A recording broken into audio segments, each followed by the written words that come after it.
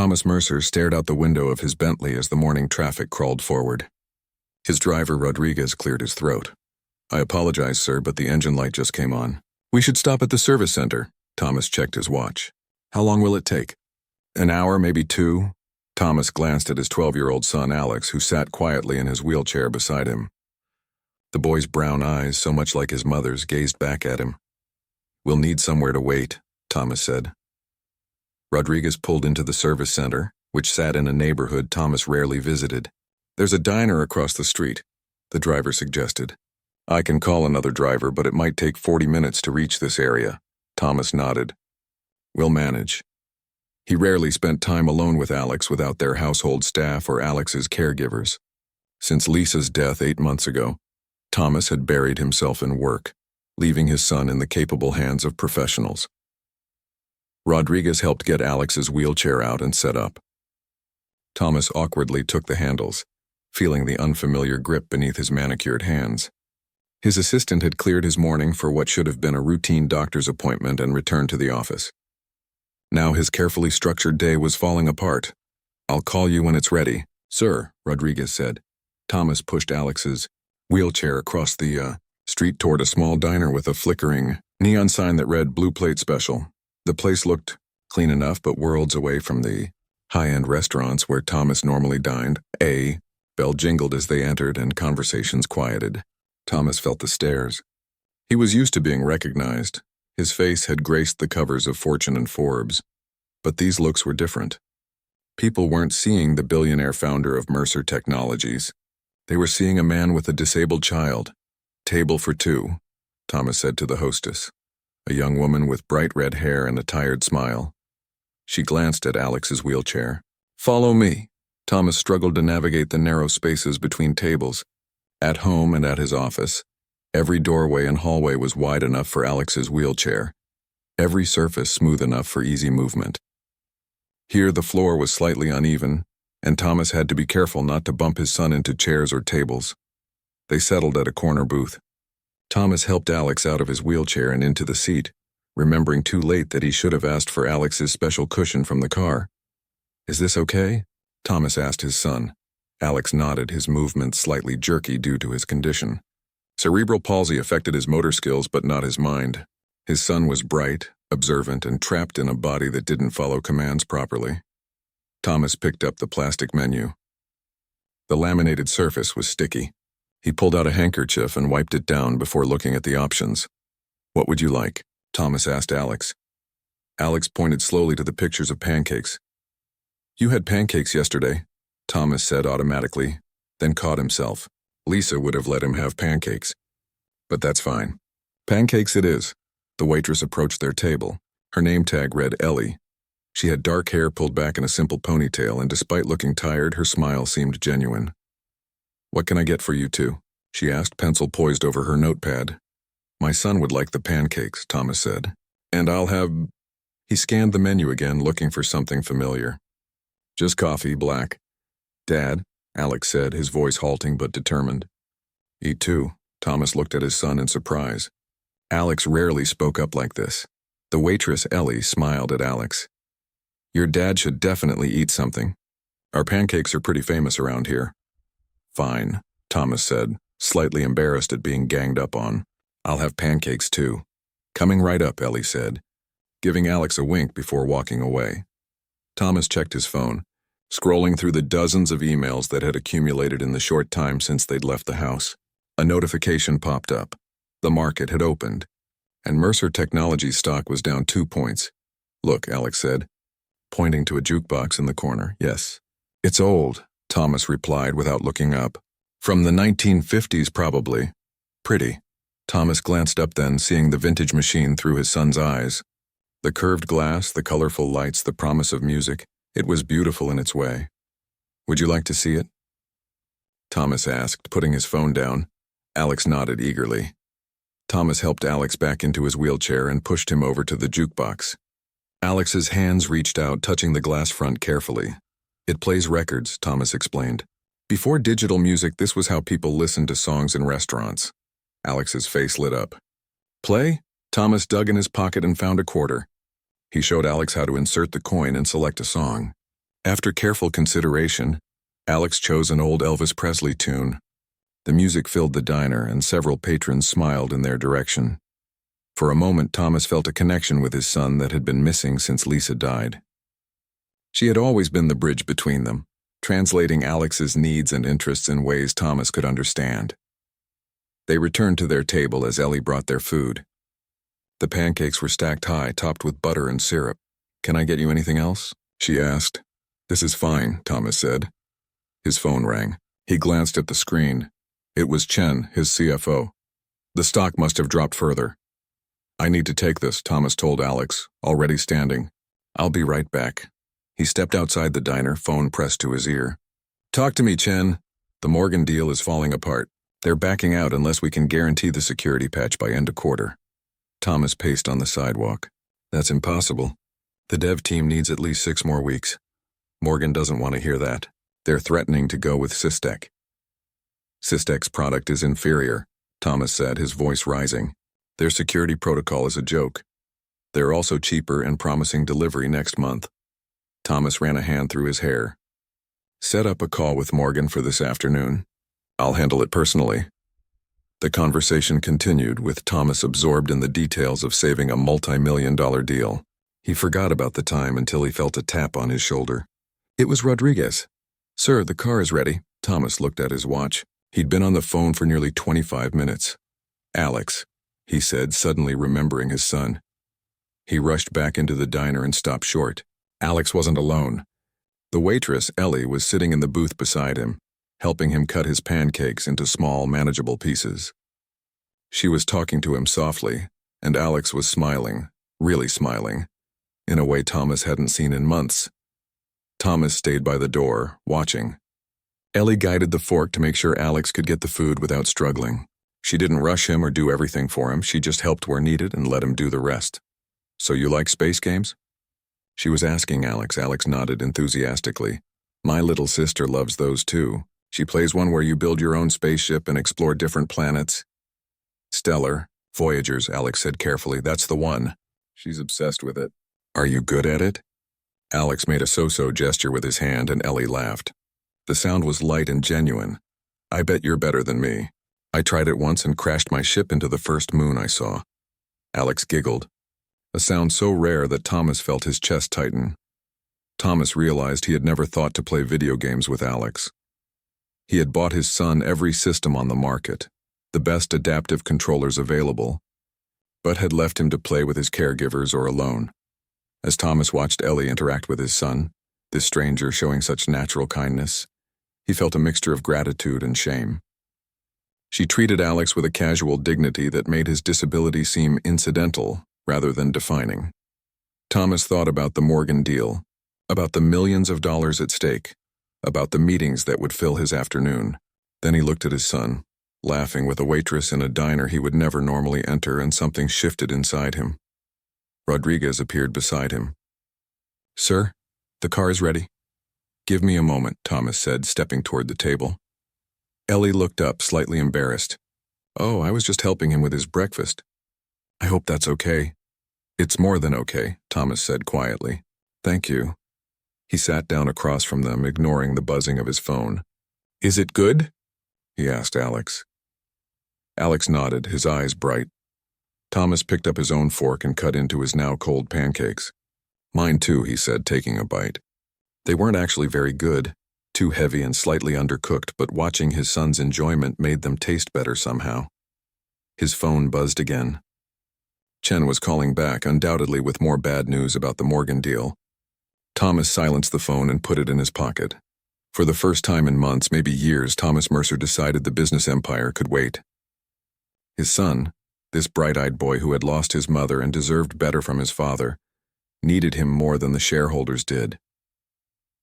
As he watched Alex finish his breakfast with Ellie's gentle assistance, Thomas made a silent promise to Lisa and to himself. Things would be different from now on. He just needed to figure out how to make that happen. Thomas took another bite of his pancakes and checked his watch. Rodriguez had texted that the car would be ready in about an hour. Thomas didn't mind the wait anymore. Seeing Alex enjoying himself was worth the delay. Ellie came by with a coffee pot. "Refill?" "Please." Thomas said, pushing his cup forward. As she poured, Thomas noticed the dark circles under her eyes and the slight tremor in her hands that spoke of exhaustion. "Busy day?" he asked. She smiled. "Busy life. But it's all good." Alex tapped the table to get her attention and pointed at his empty glass. "More orange juice?" she asked. He nodded. "Coming right up, Space Captain." She winked at him. When she walked away, Thomas looked at his son. "You like her?" "Nice," Alex said simply. Thomas nodded. "Yes, she is." His phone buzzed again. This time it was his assistant, Diane. Thomas hesitated, but it could be important. He answered. "Mr. Mercer, I've got the board on the other line. They're concerned about the Morgan situation and want an emergency meeting." Thomas sighed. "Now?" "They're all on standby. Mr. Harrington is particularly upset about the stock dip. He's suggesting we cut our losses and offer Morgan a discount." "That's the worst thing we could do," Thomas said, feeling his blood pressure rise. "Tell them I'll call in 15 minutes. I need to set up somewhere." He hung up and looked apologetically at Alex. "I have to take a call, buddy. It's important." Alex's face fell slightly, but he nodded, used to his father's work, taking priority. Thomas flagged down Ellie. "Is there somewhere quiet I could take a conference call?" "It's an emergency," she thought for a moment. "There's the manager's office in the back. It's tiny but private. I can check if it's okay." "I would appreciate that," Thomas said. "What about him?" Ellie nodded toward Alex. Thomas glanced at his son, who was using his straw to push ice cubes around in his water glass.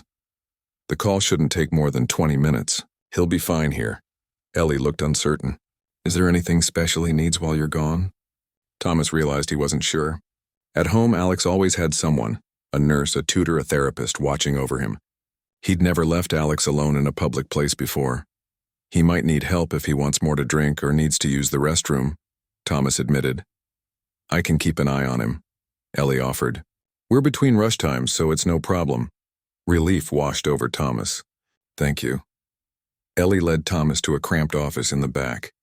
It contained a desk covered with invoices, a worn office chair, and not much else. "It's not much, but it's quiet. It's perfect," Thomas said, already dialing his assistant. Diane connected him to the board call, and Thomas was immediately bombarded with questions and concerns. The Morgan deal was crucial for their quarterly projections, and the board members were panicking. "Gentlemen, ladies, please," Thomas said, falling into his familiar role as the calm, confident CEO. "This is a temporary setback. Morgan is bluffing about going with Systec. Their infrastructure isn't compatible." The discussion grew heated, with various board members offering contradictory advice. Thomas found his attention drifting. Through the office door's small window, he could see part of the diner, including the corner where Alex sat. Ellie had returned to his table. Thomas tried to focus on the call, but his eyes kept returning to the window. He watched as Ellie brought Alex a plate of something. French fries, it looked like. She sat down across from him and pushed the ketchup bottle within his reach. "Mr. Mercer?" someone on the call asked. "Your thoughts on leveraging the patent portfolio?" "I'm considering all options," Thomas said automatically, his attention still on his son and the waitress. Alex was struggling to squeeze the ketchup bottle, his fingers not quite strong enough to apply the right pressure. Without making a fuss, Ellie gently placed her hand over his and helped him squeeze just enough ketchup onto the plate. She didn't take over the task completely. She just provided the extra strength he needed. "We could threaten legal action," Harrington was saying on the call. "Our patents clearly cover their use case." "Litigation isn't the answer," Thomas replied, only half listening. In the diner, a group of teenagers had entered, laughing loudly. One of them pointed at Alex, whispering something to his friends. Thomas felt a surge of protective anger, but before he could react, Ellie was there. She said something to the teens with a pleasant but firm expression, and they looked immediately chastened. She then deftly positioned herself between them and Alex, shielding him from their stares. "What do you propose then, Thomas?" a board member asked, pulling his attention back to the call. Let me think about this differently," Thomas said slowly, watching as Ellie now helped Alex dip a fry in ketchup. His son was saying something to her and she laughed, completely at ease with his halting speech. It struck Thomas suddenly that Ellie wasn't helping Alex out of duty, or obligation, or even pity. There was something genuine in her interaction with him, a simple human kindness that couldn't be bought. "Mr. Mercer?" Diane prompted. "The board is waiting for your decision." Thomas straightened in the uncomfortable chair. "Here's what we're going to do. We'll offer Morgan a phased deployment. First stage security features by the end of the quarter, with the complete package following 6 weeks later. We'll provide a dedicated support team during the transition at no extra cost. That will cut into our margins," Harrington protested.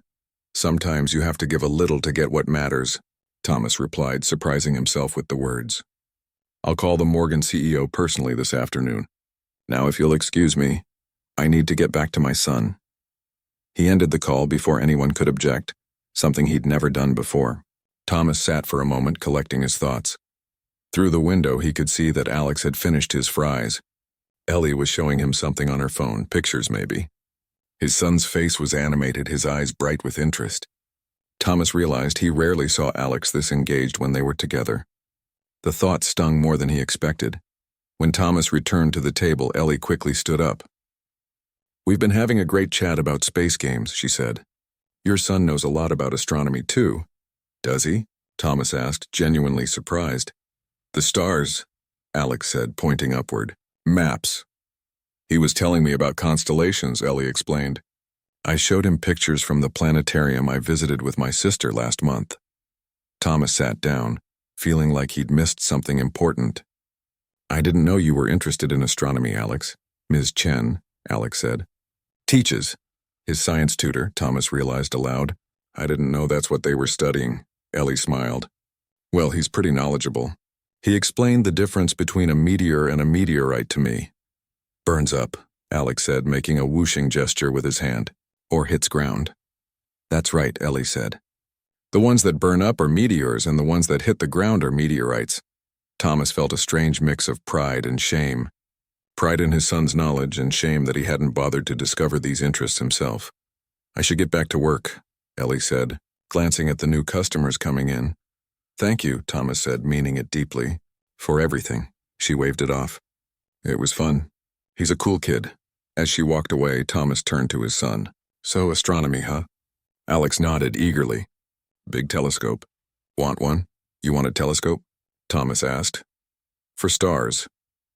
"I think we can arrange that," Thomas said, making a mental note to get the best one available.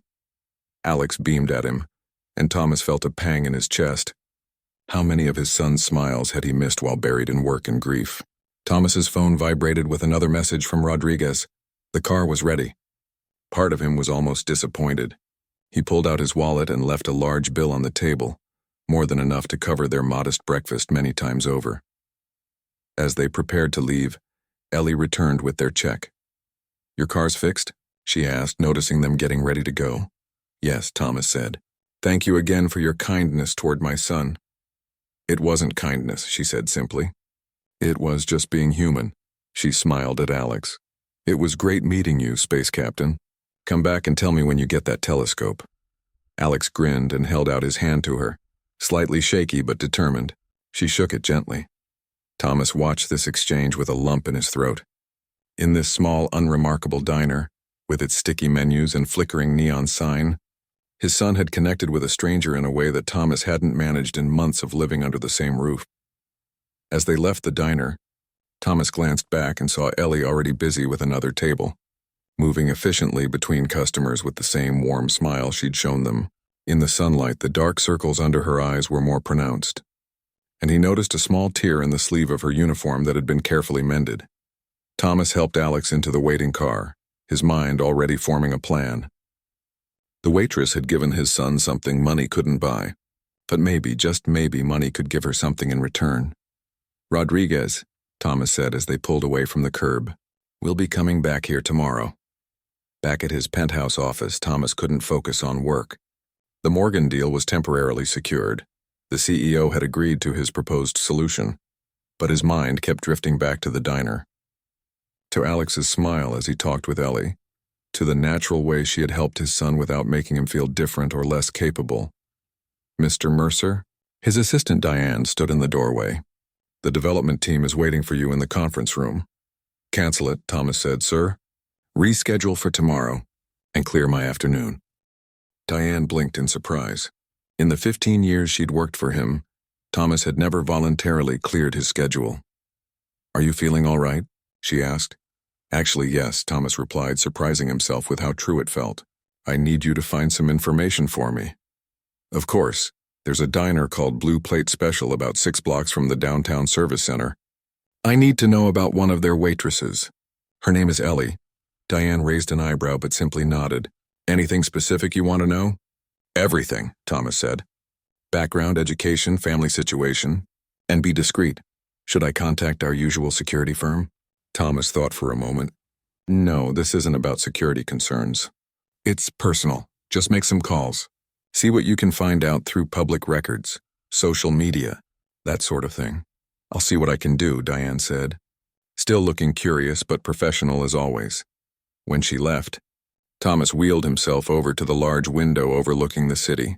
Somewhere out there, Ellie was probably still serving customers, still smiling despite the exhaustion he'd seen in her eyes. His phone rang. It was Mrs. Winters, Alex's head caregiver. "Mr. Mercer, I wanted to let you know Alex has been talking about going to a diner again tomorrow." "Something about meeting a space friend?" Thomas smiled. "Yes, we met someone today who talked with him about astronomy." "That's wonderful. He's been more animated this afternoon than I've seen in months. He even asked to look at his astronomy books, which have been gathering dust since—" She trailed off. "Since Lisa died." Thomas finished quietly. "Yes," Mrs. Winters said softly. "It's good to see him excited about something again." After they hung up, Thomas sat for a long time thinking. When Diane returned an hour later, he was still by the window. "I found some information," she said, handing him a tablet. Thomas scrolled through the notes. Eleanor Ellie Martinez, 26 years old. Working at the Blue Plate Special for 4 years. Taking night classes at the local community college in their nursing program, focusing on pediatric care.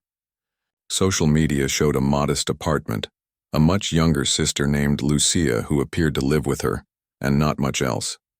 No parents in any recent photos. "Can you find out about her parents?" Thomas asked.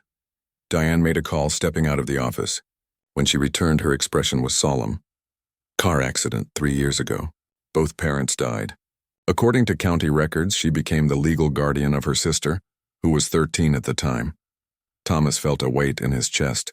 "So she's raising a teenager while working full-time and going to school?" "It appears so. Her social media doesn't show much. Just a few posts about her sister's school achievements and some about nursing studies. No vacations, no nights out, just work and school from what I can see." "Thank you, Diane. That's all for today." After his assistant left, Thomas pulled up the photos of Ellie that Diane had found online. There weren't many. A profile picture showing her with her arm around a teenage girl who shared her dark eyes and smile. A few posts about nursing classes. A proud photo of her sister holding what looked like a science fair award. The girl, Lucia, was wearing a t-shirt with the Stellar Voyagers logo, the same game Alex had mentioned. In each picture, Ellie looked tired but determined, her smile never quite hiding the weight on her shoulders. That evening, Thomas joined Alex for dinner, something he rarely did on weeknights. "How was your day after our diner adventure?" he asked his son, trying to cut Alex's chicken into more manageable pieces. "Good," Alex said, watching his father struggle with the knife. "Smaller." Thomas looked down at the pieces he was cutting. "These need to be smaller?" Alex nodded. "Like this?" Thomas cut the chicken into tiny bites. "Yes." Alex carefully speared a piece with his fork, told Mrs. Winters about space, about the stars, and constellations. Alex's face lit up. "She found books. From Mom." Thomas froze. "Your mom's astronomy books?" Lisa had loved the stars. She used to take Alex out on clear nights when he was younger, pointing out constellations and telling him stories about the night sky. Thomas had packed away her books after she died, unable to look at them without feeling the crushing weight of her absence. "Can we see stars?" Alex asked. Thomas set down his knife and fork. "You want to go stargazing?" "Like with Mom." Something broke open inside Thomas's chest. A dam of grief he had carefully constructed to hold back the pain of Lisa's death. He had thrown himself into work, leaving Alex with caregivers, avoiding the memories that hurt too much to face. "Yes," he said, his voice thick. "We can do that. And we'll get you that telescope too." After dinner, they went out to the penthouse terrace. The city lights made it hard to see many stars, but a few bright ones were visible in the dark sky. Thomas pulled up an astronomy app on his phone, feeling woefully unprepared. Lisa would have known the names of every star without needing technology. "Look," Alex said, pointing to a bright star. Thomas checked his app. "That's Jupiter, actually. A planet, not a star. Big storms," Alex said. "Red spot." "That's right," Thomas said, surprised again at his son's knowledge. "The Great Red Spot is a giant storm on Jupiter." They stayed outside for nearly an hour, with Alex pointing out what he could see, and Thomas learning alongside him. By the time Mrs. Winters came to help Alex get ready for bed, Thomas felt like he had discovered a new side of his son, or rather, rediscovered the bright, curious boy who had been there all along, waiting for his father to notice. As he tucked Alex in, another task usually left to the caregivers, Thomas asked, "Would you like to go back to that diner tomorrow?" Alex's smile was answer enough. Later that night, Thomas couldn't sleep. He kept thinking about the contrast between his life and Ellie's. He had everything money could buy, the penthouse, the company, investments around the world, and yet he had missed what mattered most, connecting with his son. Meanwhile, Ellie had so little but gave so much. The genuine care she had shown Alex wasn't something Thomas could hire or buy. He thought about her studying nursing while raising her sister and working double shifts. How she must struggle to make ends meet, yet still found the energy to make his son laugh, to notice what he needed when Thomas himself had been blind to it. Thomas got out of bed and went to his home office. He pulled up the financial aid information for the local community college where Ellie was studying. The nursing program was good but basic. The best pediatric nursing program was at the university across town, a private institution with tuition that would probably be far beyond Ellie's reach. He also looked up information about support for young guardians raising siblings. The resources were limited, the financial assistance meager. How did she manage? The answer was obvious. By working herself to exhaustion, sacrificing everything for her sister and her future. Thomas thought about the kindness Ellie had shown Alex, and an idea began to form. His late wife, Lisa, had always wanted to establish a foundation for children with disabilities. Thomas had set up a small memorial fund in her name, but he hadn't done much with it, letting the money sit while he buried his grief in work. Maybe it was time to change that. As dawn broke over the city, Thomas was still at his desk making notes and plans. For the first time since Lisa's death, he felt a sense of purpose beyond just running his company and accumulating more wealth. He thought about Alex's smile at the diner, about Ellie's kindness, about Lisa's love of the stars. Something was aligning in a way he hadn't expected. Thomas finally went to sleep as the sun rose, but before he did, he sent an email to his assistant with a clear subject line: Lisa Mercer Foundation, new initiative. The next morning, Thomas woke up with clarity he hadn't felt in months. He'd instructed his driver to take them to the Blue Plate special for breakfast, but this time, Thomas had a plan beyond pancakes. "Are you excited to see your space friend again?" Thomas asked Alex as they drove through the morning traffic. Alex nodded eagerly, looking out the window for the familiar diner sign. When they arrived, Thomas noticed how Alex's eyes immediately scanned the restaurant. A flicker of disappointment crossed his face when he didn't see Ellie. A different waitress approached their table. "What can I get for you?" "We were hoping to see Ellie," Thomas said. "Is she working today?" The waitress shook her head. "She doesn't come in until noon on Thursdays. She has morning classes." Thomas checked his watch. It was only 9:30. "We'll wait." The waitress raised her eyebrows. "For 2.5 hours? We'll have breakfast now," Thomas clarified. "And maybe lunch later." After they ordered, Thomas pulled out a tablet and showed Alex some pictures of telescopes. "I've been researching these for you. What do you think of this one? It connects to a computer so you can see the images more clearly." Alex studied the pictures, his face serious with concentration. "Good," he said finally. "And when?" "It should arrive tomorrow," Thomas said. "I had it expedited." They spent the morning at the diner, with Thomas taking a few work calls but mostly focusing on Alex. They looked at astronomy websites together and even downloaded a star map app that showed what constellations would be visible that night at 5 minutes to 12.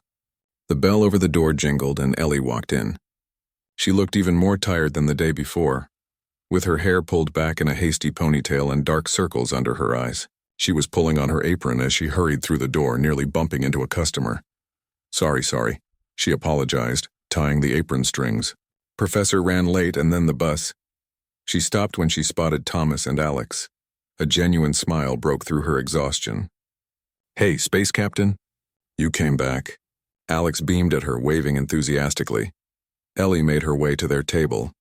You guys have been here a while, she said, glancing at the empty plates and cups. Waiting for me? Actually, yes, Thomas said. I was hoping to speak with you. Something guarded flickered across her face. Is everything okay? Everything's fine, Thomas assured her. Better than fine, actually. I just wanted to thank you properly for yesterday. Ellie relaxed slightly. It was nothing, really. It wasn't nothing to me, Thomas said quietly. Or to Alex. She smiled at Alex. Well, it was my pleasure. We had fun, didn't we? Alex nodded. Stars, he said. That's right, we talked about stars, Ellie remembered. Did you tell your dad about the constellations? Yes, Alex said proudly. Looking tonight. That's awesome, Ellie said. She glanced at her watch. I should get to work. My boss isn't big on personal chats during shifts. Actually, Thomas said, I spoke with your manager earlier. He's giving you a half-hour break to talk with us. Paid break, he added, seeing her concern. Ellie's eyes narrowed slightly. You spoke to my manager? About me? I hope you don't mind, Thomas said.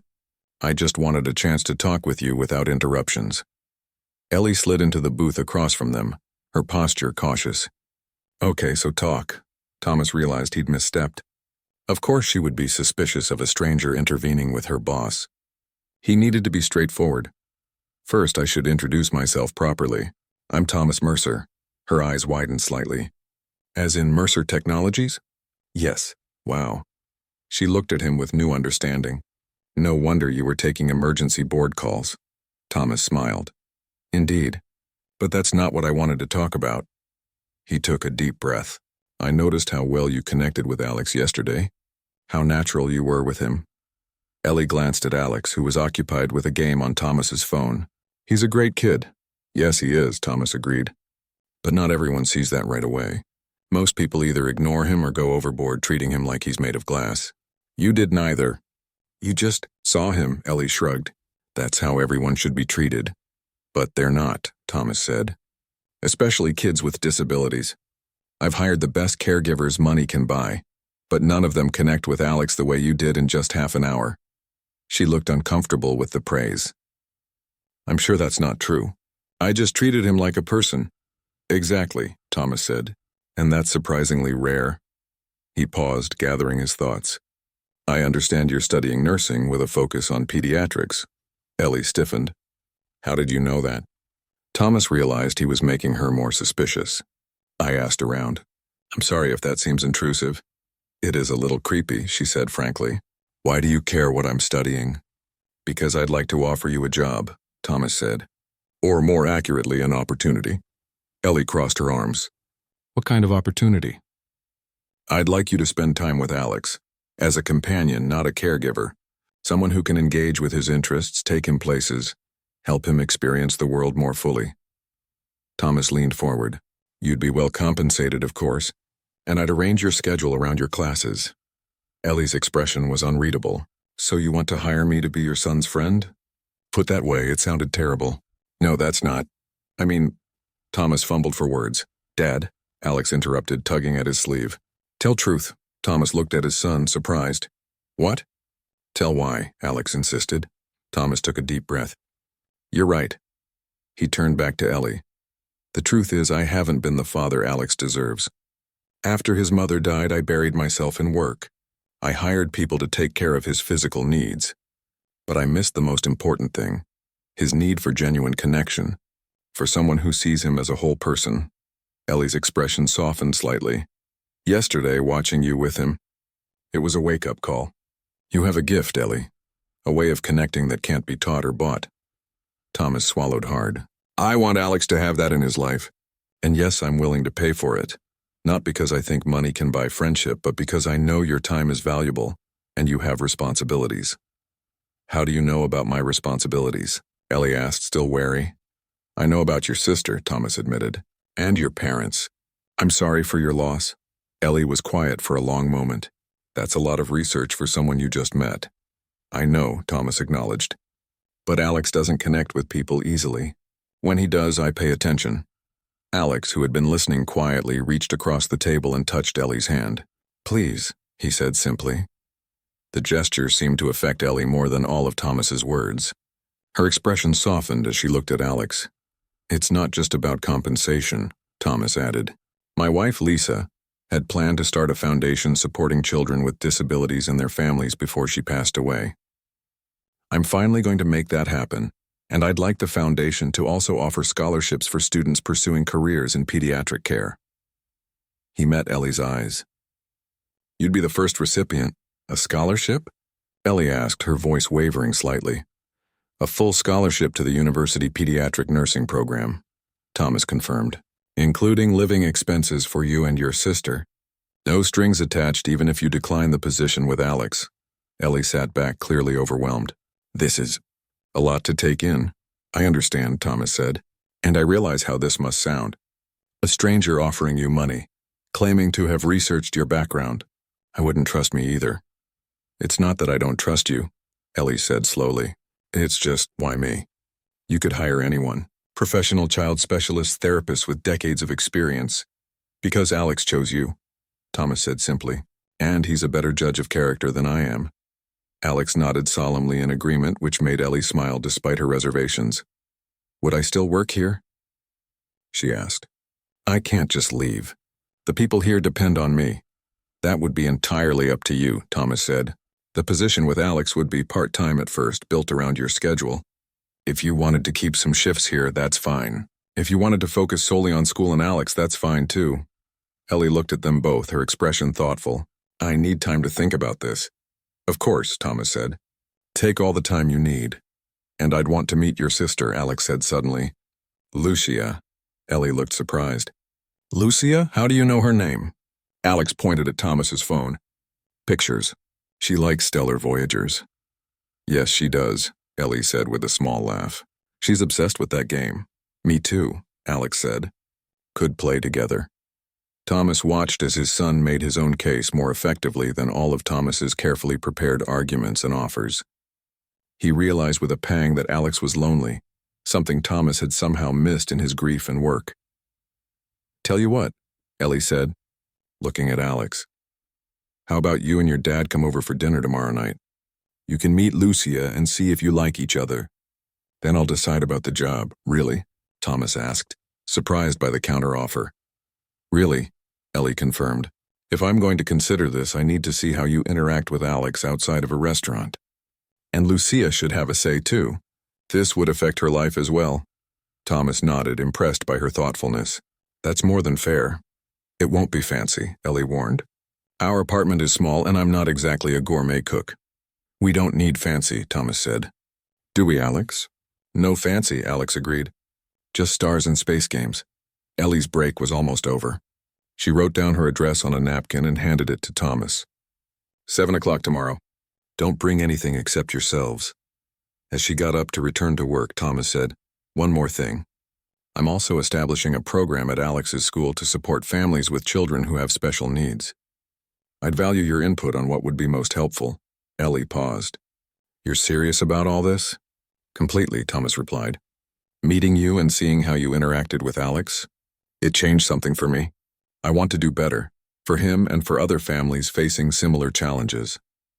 For the first time, Ellie's wariness gave way to something like hope. I'll think about everything, and I'll see you both tomorrow. As she walked away to serve other customers, Thomas looked at his son. What do you think? Should we buy a new game to play with Lucia tomorrow? Alex's face lit up. Yes. The new Stellar Voyagers. With the black holes. Thomas smiled, feeling a weight lifting from his shoulders. He didn't know if Ellie would accept his offer, but either way, something important had shifted. He was finally beginning to see a path forward, for himself, for Alex, and maybe if she agreed, for Ellie too. 3 years later, the university auditorium buzzed with excitement as graduates in blue caps and gowns filed in. Thomas sat in the front row, his hand resting protectively on Alex's shoulder. At 15, Alex had grown taller, his face losing some of its childhood softness. He fidgeted with the program in his lap. When's Ellie? He asked. scanning the procession of graduates. Soon, Thomas promised. They're going alphabetically. Martinez will be in the middle somewhere. Behind them sat Lucia, now 18 and headed to college herself in the fall. She leaned forward. There she is! Third row near the end. They all spotted Ellie at once. Unlike many of the other graduates who waved or made faces at the crowd, she walked with quiet dignity, her eyes searching until she found them. When she spotted Alex, her serious expression melted into a warm smile, and she gave him a small wave. She did it, Thomas said softly. The past 3 years had transformed all their lives. That dinner at Ellie's small apartment had been the beginning. Lucia and Alex had bonded immediately over Stellar Voyagers, and by the end of the evening, Ellie had cautiously agreed to try working with Alex part-time. What started as a few afternoons a week had gradually evolved into something more meaningful than any of them had expected. Ellie had moved with Lucia into the guest house on Thomas's estate, giving the sisters stability while maintaining their independence. With Thomas's encouragement, Ellie had transferred to the university's prestigious nursing program, focusing on pediatric care for children with special needs. But the most remarkable change had been in Alex. Under Ellie's guidance, he had blossomed. His speech had improved, his confidence had grown, and he had even started attending a mainstream school part-time, something Thomas had never thought possible. Dad, Alex whispered, pulling Thomas from his thoughts. Did you bring it? Thomas patted his jacket pocket. Right here, buddy. Don't worry. After what seemed like hours of speeches and names, the announcer finally called. Eleanor Martinez, Bachelor of Science in Nursing with highest honors. Their small group erupted in cheers. Thomas couldn't help but feel a surge of pride as Ellie walked across the stage, shook hands with the university president, and accepted her diploma. She had worked incredibly hard, balancing her studies with her responsibilities to both Alex and Lucia. After the ceremony, they found Ellie amidst the crowd of graduates and families. Lucia reached her first, wrapping her sister in a fierce hug. You did it, Ellie. I'm so proud of you. We both did it, Ellie said, hugging her back. I couldn't have done this without you. It was true. While Ellie had been studying and working with Alex, Lucia had stepped up, taking responsibility for their household and excelling in school. She had just graduated high school as valedictorian and had been accepted to Thomas's alma mater with a full scholarship. Alex approached next, walking carefully but steadily, using the techniques he had learned in his therapy sessions. Congratulations, he said, his speech clearer than it had been 3 years ago. Ellie knelt down slightly to hug him. Thank you, Space Captain. You were my best study partner. This too was true.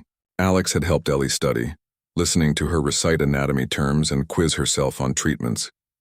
In the process, he had absorbed an impressive amount of medical knowledge. Finally, Thomas stepped forward. Congratulations, Ellie, you've earned this. I had help, she said, gesturing to the small group. A lot of help. That doesn't diminish your achievement, Thomas said. He reached into his pocket. Alex and I have something for you. Alex took the small box from his father and presented it to Ellie. Open it. Ellie carefully unwrapped the package. Inside was a delicate silver pin in the shape of a star constellation. It's beautiful, she said, tracing the design with her finger. It's lyra, Alex explained. The harp, for healing music. We thought it was appropriate for someone who brings harmony to people's lives, Thomas added. Ellie's eyes glistened. I love it. Thank you both. There's something else, Thomas said. A graduation present of sorts, though it's as much for others as it is for you. He pulled an envelope from his jacket and handed it to her. Ellie opened it curiously, unfolding the letter inside. As she read, her eyes widened. Is this real? She asked, looking up at Thomas. Very real, he confirmed. The board approved it yesterday. What is it? Lucia asked. The Lisa Mercer Pediatric Wing, Ellie said, her voice filled with wonder. A new department at Children's Hospital, specializing in care for children with disabilities. She looked at Thomas. And it says they want me to head the special needs program after I complete my certification. If you want the position, Thomas said. No pressure. Ellie laughed, a sound of pure joy. No pressure? It's everything I've ever wanted. In the 3 years since their chance meeting at the diner, The Lisa Mercer Foundation had grown beyond Thomas's initial vision. What had started as a scholarship for Ellie had expanded to support dozens of students pursuing careers in special education and healthcare. The foundation had also created a program at Alex's school, providing resources for families with disabled children and promoting inclusion in classrooms. "We should celebrate," Thomas said. "Dinner at Antonio's?" Antonio's was a far cry from the Blue Plate Special Diner. It was the finest restaurant in the city, with a 3-month waiting list for reservations. But Thomas had made sure they always had a table available for his unusual family. "Actually," Ellie said hesitantly, "could we go to the diner instead, for old time's sake?" Thomas smiled. Despite all the changes in their lives, Ellie had never lost her humility or forgotten where she came from. She still visited the diner occasionally, keeping in touch with her former coworkers. "The diner sounds perfect," Thomas agreed. Later, seated in the same booth where they had first met Ellie, Thomas looked around the table at the faces of the people who had become his family. Lucia, bright and ambitious, heading off to college with dreams of becoming an engineer. Alex, engaged and happy, talking animatedly about the summer astronomy camp he would be attending, with accommodations for his disability but no limitations on his participation. And Ellie, no longer exhausted and worried but confident and purposeful, already making notes about her plans for the new pediatric wing. "Remember the first time we came here?" Thomas asked Alex. "When Rodriguez's car broke down." "You were on the phone," Alex recalled. "Ellie helped me eat pancakes. Best pancakes ever," Ellie added with a smile. Thomas nodded. "That moment changed everything. I was so caught up in work and making more money and avoiding my grief that I couldn't see what really mattered." He looked at his son. "I couldn't see you, Alex, not really." "You see me now," Alex said simply. "Yes," Thomas agreed. "I do." The waitress brought their food, pancakes all around, even though it was evening. It had become their tradition. "I have an announcement too," Lucia said as they began to eat. "I got an internship with the astronomy department for the summer. I'll be working on their new telescope installation." "That's wonderful," Thomas said. "Alex's influence, I presume." Lucia grinned. "He's been teaching me about the stars for 3 years. I figured I might as well put that knowledge to use." "Speaking of stars," Ellie said, "don't forget we're driving up to the mountain observatory this weekend. They're letting us use the big telescope after hours." "I haven't forgotten," Thomas assured her. He had cleared his entire schedule for the trip. These days he had his priorities straight. As they ate and talked, Thomas reflected on how much had changed since that first morning. The broken-down car that had seemed like such an inconvenience had led them here, to this moment of shared joy and purpose. One small act of kindness, a waitress helping a disabled boy eat his breakfast, had set in motion changes that had rippled outward, touching countless lives. The Lisa Mercer Foundation had helped dozens of students pursue their dreams. The new pediatric wing would serve hundreds of children. The school program had transformed the experience of families across the city. And all because Thomas had looked up from his phone long enough to see what truly mattered. "You know," Thomas said as they finished their meal, "I've been thinking about expanding the foundation's work nationally. There are children and families in need across the country." "That sounds ambitious," Ellie said. "I have a good team," Thomas replied, looking around the table. "And we know what we're doing now." As they left the diner, the sky above the city was surprisingly clear, with a few bright stars visible despite the light pollution. Alex pointed upward. "Look," he said. "Lyra." They all tilted their heads back, following his gesture to the small constellation twinkling overhead. "The harp," Ellie said, touching the pin on her graduation gown. "For healing music." Thomas put his arm around his son's shoulders, feeling a sense of peace that had once seemed impossible. From grief had come purpose. From a chance encounter had come family. From one small act of kindness had come a symphony of healing that would play on for years to come. "Let's go home," he said. "We have a busy day tomorrow." Together, the four of them walked to the waiting car, their paths now forever intertwined under the watchful stars above.